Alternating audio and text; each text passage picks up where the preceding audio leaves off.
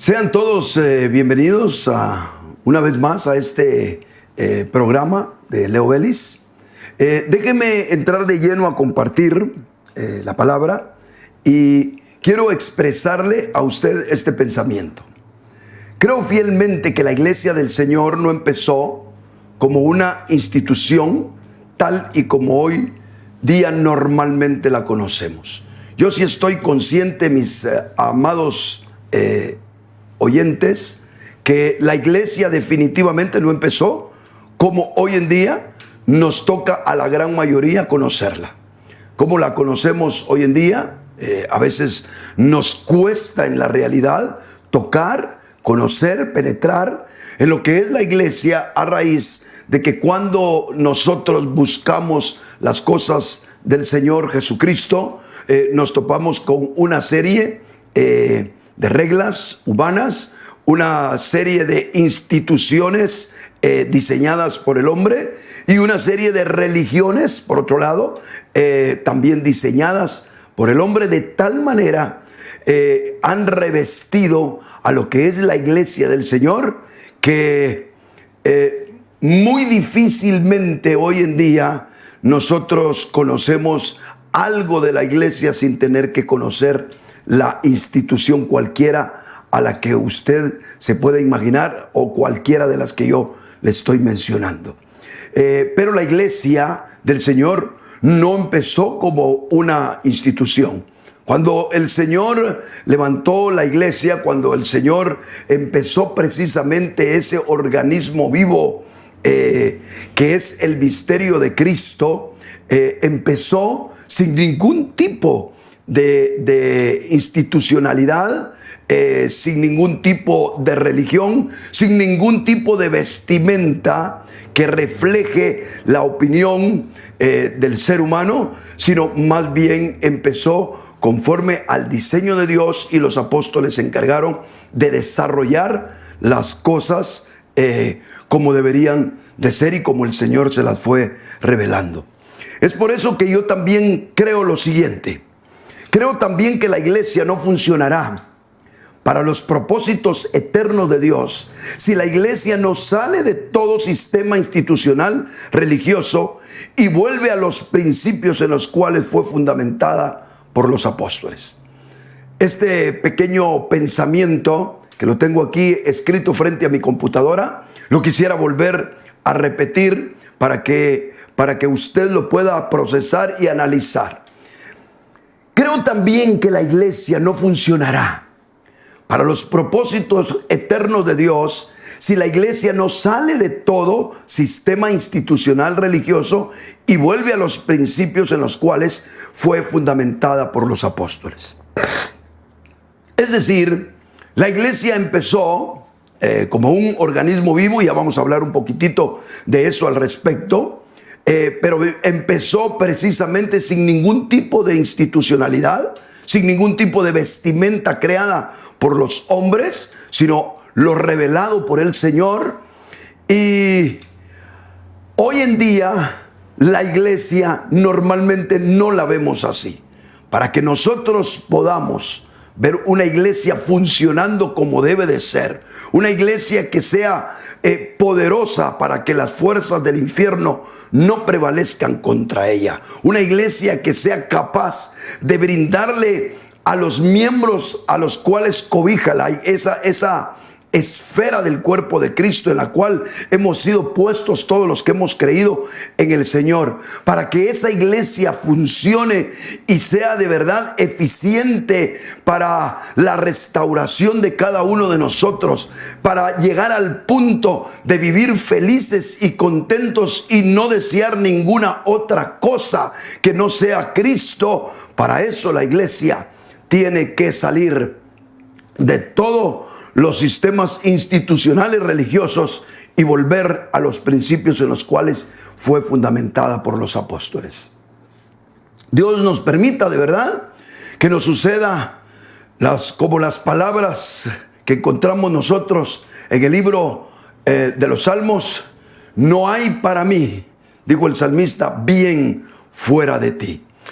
para que esta iglesia de verdad, esta iglesia que estamos conociendo hoy en día, no tengamos nosotros que tener amoríos con el mundo, para poder suplir nuestra parte emocional, nuestros apetitos naturales, etcétera, para que no tengamos que buscar un adulterio espiritual en el mundo para entretenernos, para ser felices, para buscar la efímera felicidad que el mundo da, para que la iglesia sea eficiente para nosotros y podamos nosotros ser felices siendo creyentes del Señor, siendo victoriosos en el Señor. Para que eso funcione, para que nosotros nos hagamos poderosos internamente, para que nuestra vida emocional sea liberada y podamos disfrutar de las riquezas que Cristo nos dejó en la resurrección, para que todo eso suceda, la iglesia necesita salir de todo tipo de institucionalidad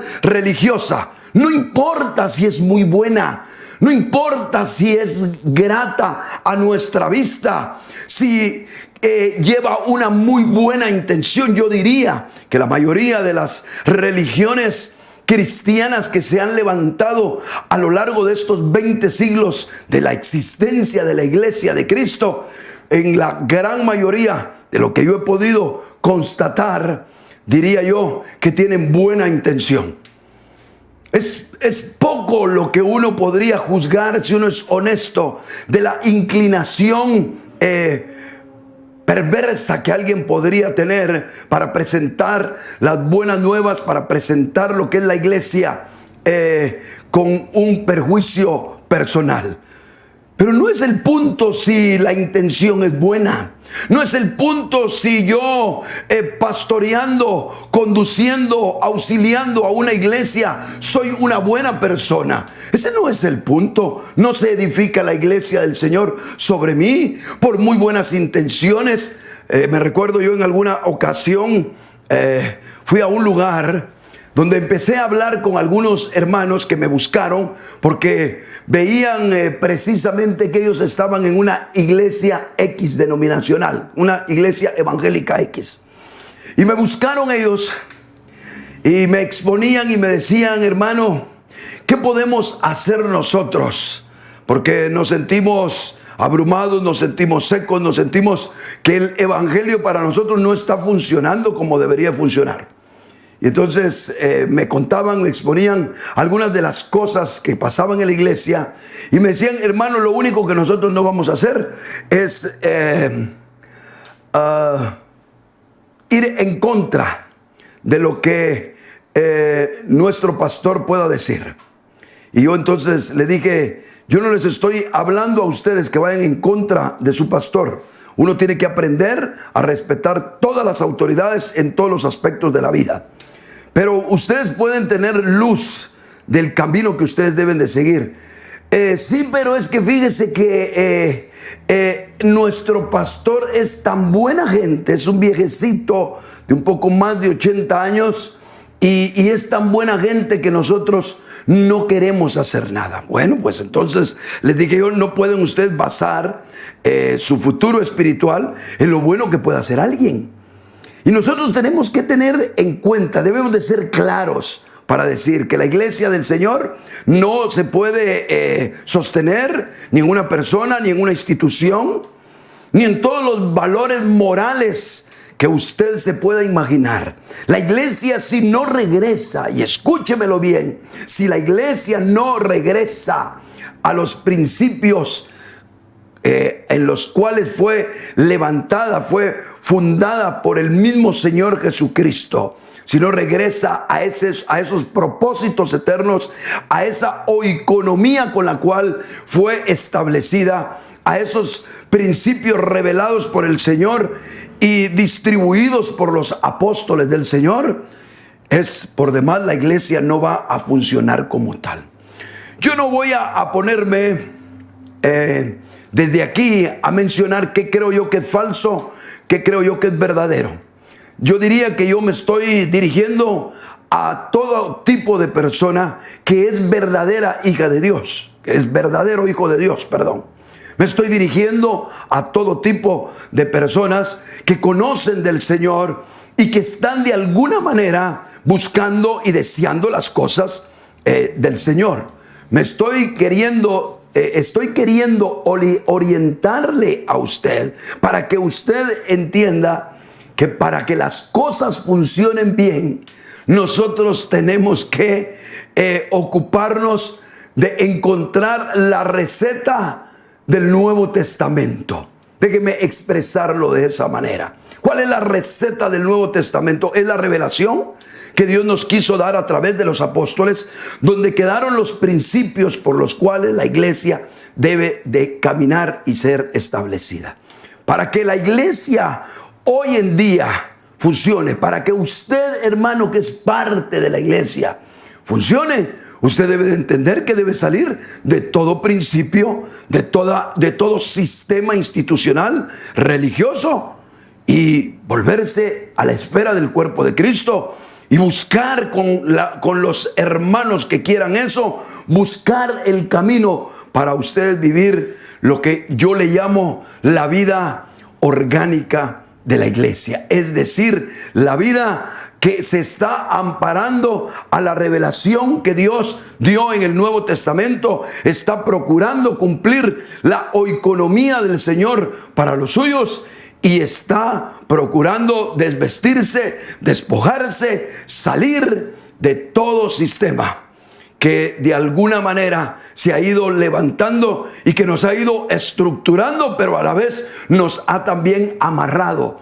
nos ha detenido, y eso no permite que nosotros experimentemos el verdadero evangelio, la verdadera vida de iglesia, el vivir dentro de esa esfera que el Señor prometió para los suyos. ¿A dónde lo llevó el Señor cuando se convirtió usted?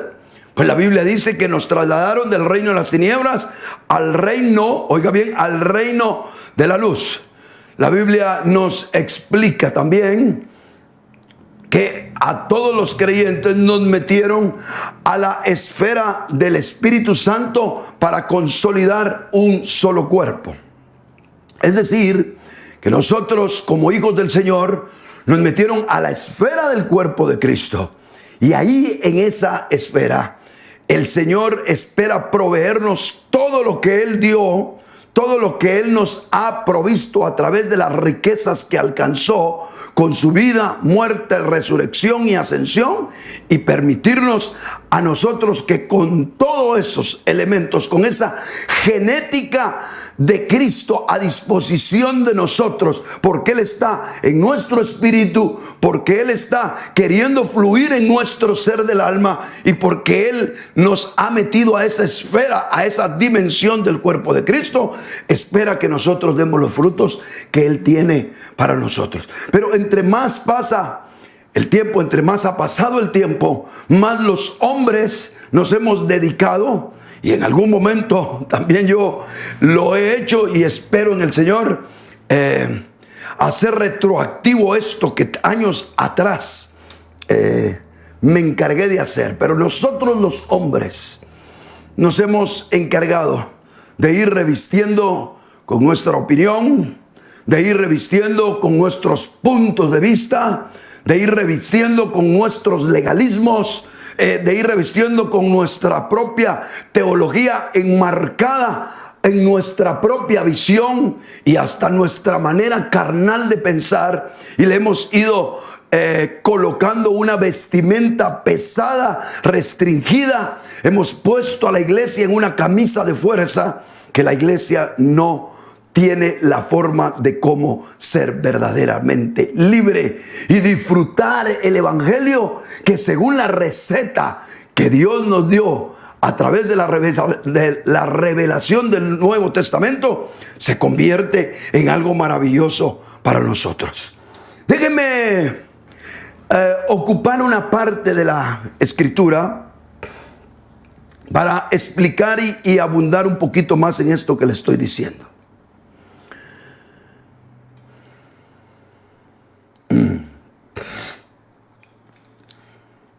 Juan capítulo 1 y versículos del 29 al 39, voy a voy a tratar de entresacar los versículos para que usted me entienda. Dice, al día siguiente ve a Jesús, hablando de Juan el Bautista, que viene hacia él y dice, oiga, he aquí el Cordero de Dios que carga el pecado del mundo. Este es de quien yo dije, detrás de mí viene un varón que ha estado delante de mí porque era primero que yo. Y yo no lo conocía, mas para que fuera manifestado a Israel, por eso vine yo bautizando en agua. Y Juan dio testimonio diciendo, he contemplado al Espíritu que descendía del cielo como paloma y permaneció sobre él. Y yo no lo conocía, pero el que me envió a bautizar en agua, él me dijo, sobre quien vieras que desciende el Espíritu y permanece sobre él, ese es el que bautiza en el Espíritu Santo. Y yo lo he visto y he dado testimonio de que este es el Hijo de Dios. Esa es la experiencia que le sucede a Juan. Después dice la Escritura, al día siguiente estaba nuevamente Juan con 2 de sus discípulos. Una vez más ve a Jesús que va pasando y dice, he ahí el Cordero de Dios. Y sus 2 discípulos lo oyeron hablando y siguieron a Jesús. Volviéndose Jesús y viéndolos que los siguen, les dice, ¿qué buscáis? Ellos entonces le dijeron, Rabí, que traducido significa maestro, ¿dónde moras? Les dice, venid y veréis. Fueron pues y vieron dónde posaba y se quedaron con él aquel día, porque era como la hora 10. Déjenme describirle este pasaje. Juan, por un lado, tiene revelación del Señor, le muestran quién es Jesús, y cuando él lo identifica, señala quién es, pero permanece en su propio lugar. Él empieza a explicar muy bien a Jesús bajo el enfoque de la revelación, no bajo el enfoque de la experiencia, bajo el enfoque de la revelación. Tuvo luz de Dios y entendió quién y dónde estaba Jesús. Lo muestra, señala quién es, y me imagino que los que le escucharon fueron sorprendidos con ese mensaje. Así que había un impacto a través de una verdadera revelación que tenía Juan, un impacto que le causó a él una conmoción, el entender que su primo, Jesús, era el Cordero de Dios que carga con el pecado del mundo. Tremendo. Él repite que no lo conocía, por lo menos 2 veces lo dice, yo no lo conocía, pero el que me envió a bautizar me dio señales y ahora sí lo conozco. Tremendo, tremendo, pero él se queda en su propio lugar. ¿Por qué Juan no se mueve? ¿Por qué Juan no se mueve?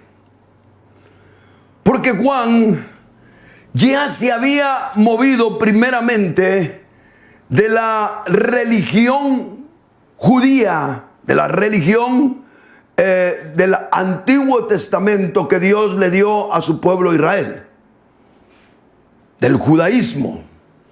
Él ya se había movido propiamente del judaísmo porque ya no estaba precisamente promoviendo todo lo que el judaísmo pregonaba. Más bien, él señala a los fariseos y les dice hipócritas, generación de víboras, etc. Pero él en sí mismo, con la revelación que tuvo de que él habría de ser el que iba a ir delante del Cristo para mostrarlo, y todo lo que él tuvo de Dios, que lo hizo comprender a Jesús, lo hizo salirse precisamente de la religión que había aprendido ancestralmente, la que había aprendido de sus padres. Y ahora él estaba con una revelación clara, precisa, divina, que le estaba a él precisamente mostrando quién era el Cordero de Dios. Pero cometió un grave error. No quiso salirse de lo que él mismo había forjado. Ahora Juan era una mezcla entre lo que había aprendido de sus padres y la revelación nueva que tenía de Jesús. Podríamos decir que era cristiano, ¿no?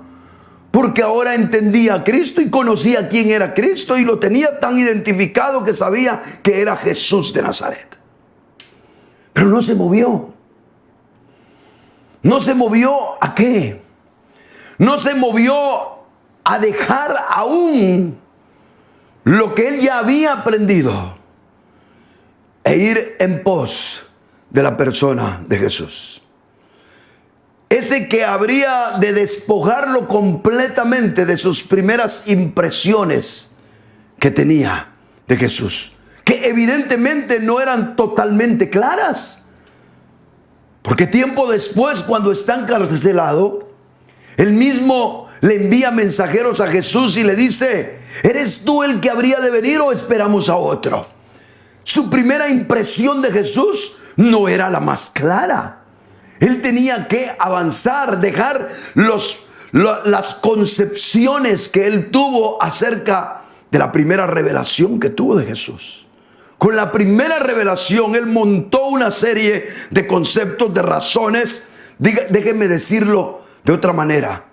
Con la revelación de Jesús y con los principios básicos de religión que traía, él montó una nueva religión cristiana. Ya no judaica, cristiana. Pero con esa religión se quiso quedar. A tal grado que al día siguiente de esa experiencia, y perdóneme, paro aquí, ¿qué tenía que hacer Juan? ¿Sabe qué tenía que hacer Juan? Después de que le pasa una vez más el Señor. Porque si usted lo nota en el verso 29, donde dice al día siguiente de las experiencias que ya había tenido él, bautizando al Señor, viendo al Espíritu Santo descender, etc. Al día siguiente de eso, él ve al Señor. ¿Y qué hace? Se queda en su lugar. Lo señala, lo muestra, da testimonio. Él mismo dice: he contemplado al Espíritu que descendía del cielo como paloma y permaneció sobre él. Y una vez más, y yo no lo conocía, pero el que me envió a bautizar en agua, él me dijo: sobre quien vieras el que desciende el Espíritu Santo y permanece sobre él, ese es el que bautiza en el Espíritu Santo. Y todavía dice: y yo lo he visto. Y he dado testimonio de que este es el Hijo de Dios. ¿Qué tenía que hacer? Tenía luz, pero tenía que deshacerse de sus previas concepciones que ya tenía. Él ya había montado algo, ya tenía un discipulado, él ya tenía gente, él ya tenía aquí, ya tenía fama, ya estaba penetrando mucho en el mundo de los religiosos judíos. Era un hombre ya conocido, era un hombre que se había hecho de un nombre, de una fama muy grande en Israel para ese entonces. Rapidísimo creció la fama y el buen nombre de Juan el Bautista. Y cuando ve al Señor, lo entiende, lo reconoce, lo señala, pero no lo sigue. Y al día siguiente tiene una oportunidad más. Porque una vez más dice en el 35, y al día siguiente Estaba nuevamente Juan con 2 de sus discípulos. Y viendo otra vez, y viendo a Jesús pasando, dice Juan, estoy leyendo el verso 36. He ahí, el Cordero de Dios. Una vez más lo señala. Pero ya se había afianzado. Pero ya se había quedado precisamente con lo que a él ya le gustaba. Su sistema que había armado. Y cuando eso sucedió, 2 de sus discípulos, yo espero que usted sea al estilo de esos 2 discípulos. 2 de sus discípulos lo oyeron y decidieron hacer lo más impresionante que podemos ver. Decidieron seguir a la persona de Jesús. Por eso es que yo le repito parte de lo que hablamos al inicio de este mensaje. Creo que la iglesia no funcionará para los propósitos eternos de Dios si la iglesia no sale de todo sistema institucional religioso y vuelve a los principios en los cuales fue fundamentada por los apóstoles. ¿Dónde fue fundamentada la iglesia? En la persona de Jesús. ¿Qué deben de hacer todos los creyentes de todo el mundo? Pues lastimosamente tener que salir de muchas cosas buenas, probablemente. No solo a usted le va a tocar una decisión así, a mí también me tocó una decisión así. Pero yo lo invito, en el nombre de Jesús, a que salga. No importa si usted está decepcionado o no está decepcionado. Si usted ha crecido, si usted es famoso en las instituciones. No le estoy hablando si va a dejar grandes cosas o pocas cosas. Recuérdese lo que hizo Pablo. Pablo aventajó a cualquiera. Y de los fariseos, él mismo dice fariseo de fariseos. En cuanto a la ley, en cuanto a esa religión que aprendí, dice Pablo, irreprensible. No era que Pablo fuera un fracasado en el mundo judío, un fracasado externo no, pero un frustrado interno sí. Yo lo invito a usted, en el nombre de Jesús, a que haga lo que hicieron estos discípulos. Se atrevieron a salir, ¿qué? A salir fuera de la institución, fuera de todo sistema religioso y volverse para seguir fielmente a la persona de Jesús. Juan no pudo hacerlo, o no quiso hacerlo, más bien dicho. Pero estos hombres que decidieron hacerlo, primeramente dejaron el fundamento hasta genético, cultural que tenían, el judaísmo, arraigado hasta los huesos en ellos, mucho más que en usted que me está escuchando. Pero ellos tuvieron el valor de dejar el judaísmo aprendido y heredado por sus padres y llevado hasta en los tuétanos de los huesos, y además dejaron también el enfoque de un cristianismo según la revelación de Juan, porque Juan ya había empezado a armar una nueva institución religiosa llamado el Evangelio de Juan el Bautista, pero sin la persona de Jesús. Yo le invito a todos a que un día tomen el valor y digan: yo quiero ser una punta de lanza para lo que quiere hacer el Señor. Yo solo quiero decirle algo con todo mi corazón. Mi anhelo no es pelear con nadie, lejos de eso. Deseo que siempre le den un like a lo que estamos hablando.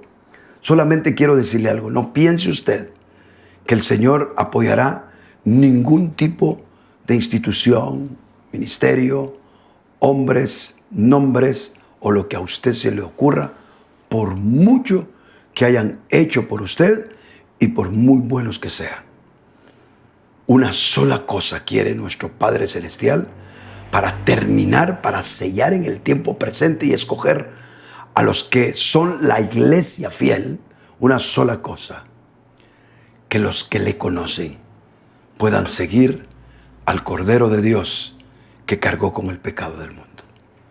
Dios me los bendiga, y por favor, si ha sido de bendición, no se olvide, dele un like, dele un me gusta, suscríbase al canal, y con eso no solo usted será bendecido, espero en Dios, sino que le puedo decir algo, va a contribuir en algo a este nuevo o a este último evangelismo que Dios quiere levantar en el siglo XXI, que es volver el corazón de los hijos del Señor a la prudencia de un evangelio expresado según el Nuevo Testamento. Dios me lo bendiga.